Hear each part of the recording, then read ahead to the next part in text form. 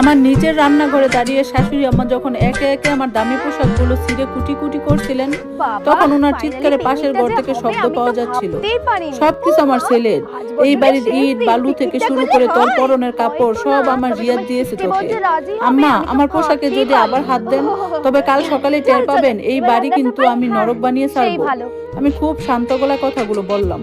তখন চুলায় ডাল ফুটছিল আর সারা রান্নাঘরে পাঁচ পুরোনো খাঁটি ঘিয়ের গ্রানে মোমো করছিল।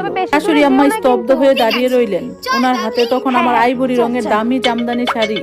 ওনার বিশ্বাস হচ্ছিল না যে একজন পুত্রবধূ ওনার সাথে এভাবে পাল্লা দিয়ে কথা বলার সাহস দেখাতে পারে। পোশাকটা ছিল বনানীর এক বড় বিনিয়োগকারী দলের সাথে ডিনারের জন্য।